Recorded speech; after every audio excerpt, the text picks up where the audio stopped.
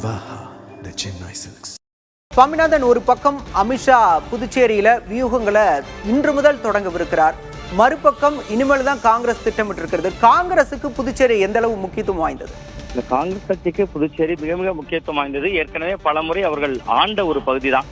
அவர்களிடமிருந்து பிரிந்து சென்றவர்கள் கூட அங்கு ஆட்சி செய்யக்கூடிய அளவிற்கு அவர்களோடு பாஜக கைகோர்த்து ஒரு அலுவாக இருக்கக்கூடிய சூழல்ல மீண்டும் இழந்து போன தங்களோட அதிகாரத்தை புதுச்சேரியில அவங்களுக்கு நிலை நிறுவனம். அதுதான் அவர்களுடைய மிக முக்கியமான நோக்கம். இன்னொன்று, இதுக்குள்ள இன்னொரு மிக முக்கியமான ஒரு கோணம் இருக்கு. திமுக காங்கிரஸ் கூட்டணி அங்க தமிழ்நாட்டில எப்படியோ அதே போன்றுதான் அங்கும் தொடர்கிறார்கள். கடந்த மூன்றாம் தேதி ஜெகத் ரட்சகன் எம்பி அவர்களுடைய தலைமையில திமுக ஒரு கூட்டணி கட்சிகளுடைய கூட்டத்தை நடத்தியிருந்தாங்க. அந்த கூட்டத்திற்கு காங்கிரஸ் கட்சி பங்கேற்கல அல்லது அழைப்பு விடுக்கப்படல. அது இரண்டு கட்சிகளுமே தெளிவுபடுத்தல. இவர்கள் அழைக்கவில்லையா, நாங்களாக முன்வந்து பங்கேற்கவில்லையா என்பதை தெளிவுபடுத்தல. இந்த சூழல அந்த திமுக நடத்திய அன்றைய கூட்டத்துல பாத்தீங்கன்னா விடுதலை சிறுத்தைகள் கட்சியினர் பங்கேற்றிருந்தாங்க, இந்திய கம்யூனிஸ்ட் கட்சி பங்கேற்றிருந்தாங்க, மார்க்சிஸ்ட் கம்யூனிஸ்ட் கட்சி பங்கேற்றிருந்தாங்க. அந்த கூட்ட முடிவுகள்ல கூட விசிகாக்கு 3 தொகுதிகள், 2 கம்யூனிஸ்ட் கட்சிகளுக்கு தலா 2 தொகுதிகள் எல்லாம் திமுக பேச்சுவார்த்தை நடத்துறதா சொல்லப்படுது. அப்ப அங்க கூட்டணி கட்சிக்கு யாரு தலைமை என்பதிலேயே சில நெருடல்கள் இருக்கு. இந்த நெருடல்களுக்கு மத்தியில தான் இழந்து போன தங்களோட அதிகாரத்தையும், காங்கிரஸ்ல நம்ம வலுவா இருக்கோம் அங்க பாண்டிச்சேரியில, சோ அது நமக்கான மண், அந்த இடத்தை நம்ம தக்க வைக்கணும் அப்படிங்கக்கூடிய ஒரு நோக்கத்தோட மிக முக்கியமா இன்றைய காய் நகர்த்தல்களை பாத்தீங்கன்னா வரும் 17ஆம் தேதி அது கிரீஷ் தோடங்கர் அவர்களும் KC வேணுகோபால் அவர்களும் அங்கு வர இருப்பது என்பது ஒரு முக்கியத்துவம் வாய்ந்த ஒன்று அப்படின்னு தான் நான் பாக்குறேன். சுவாமிநாதன், கடந்த தேர்தலையும் நம்ம பார்க்க வேண்டியிருக்கிறது. கடந்த 2021 தேர்தலில் ஆட்சியில் இருந்த காங்கிரஸ் வெறும் 2 இடங்களை தான் ஜெயிச்சாங்க. இப்போ திமுக ஒரு அப்பர் ஹேண்ட் எடுக்கிற மாதிரி தெரியுதா? நம்ம 100% திமுக இதுல அப்பர் ஹேண்ட் எடுக்கிறாங்க. நீங்க 2021 சட்டமன்ற தேர்தல் ஒப்பிட்டே நம்ம எடுத்துக்கொண்டாலும் கூட பாண்டிச்சேரியில மொத்தம் இருக்கக்கூடிய 30 சட்டமன்ற தொகுதியில காங்கிரஸ் வெறும் 2 இடம் தான் ஜெயிச்சாங்க. ஆனா திமுக 6 இடம் ஜெயிச்சிருந்தாங்க.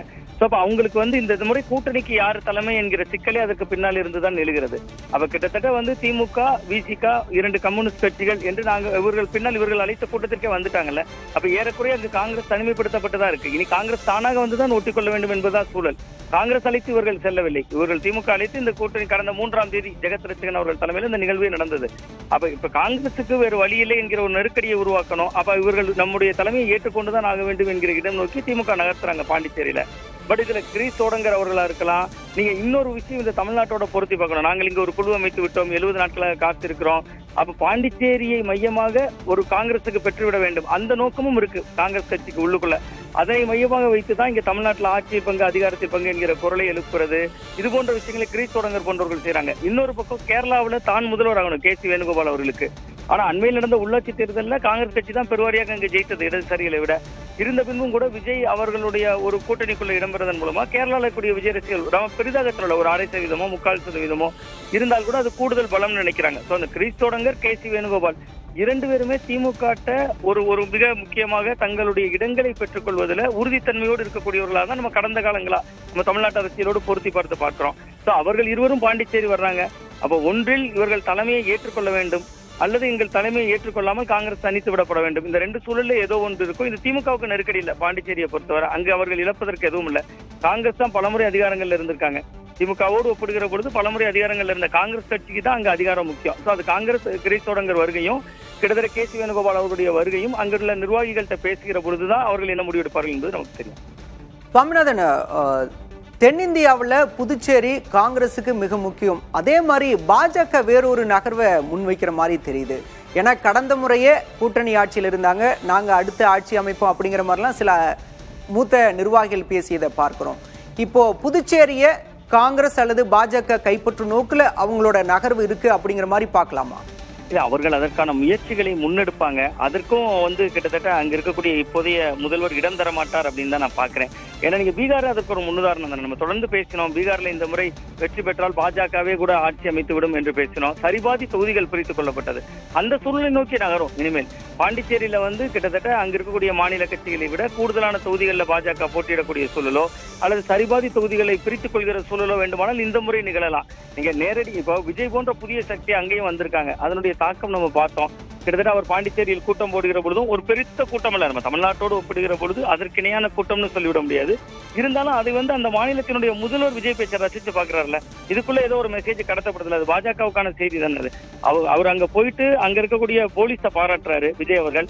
ஆனா விஜய் அவர்கள் போலீஸை பாராட்டுறதுக்கான கிரெடிட் மத்திய அரசுக்கு, அதை தெரியாமலே விஜய் பாராட்டி விட்டார்னு கூட வைத்துக் கொண்டால் கூட ரேஷன் கடைகள் போன்றவை சரியா இயங்கலன்னு சொல்லும்போது மறுப்பு சொல்ல வேண்டிய சூழலும் வந்துச்சு.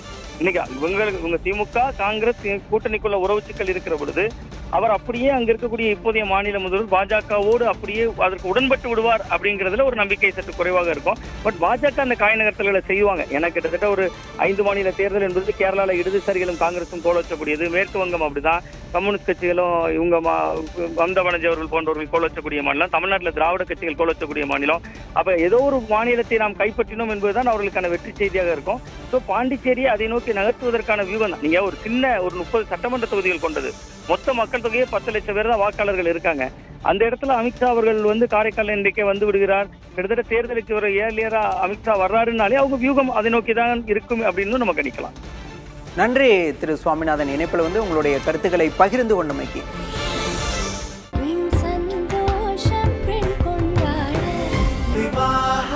மணப்பெண்ணின் பிரத்யேகமான திருமணம் விவாஹா தி சென்னை சில்க்ஸ்.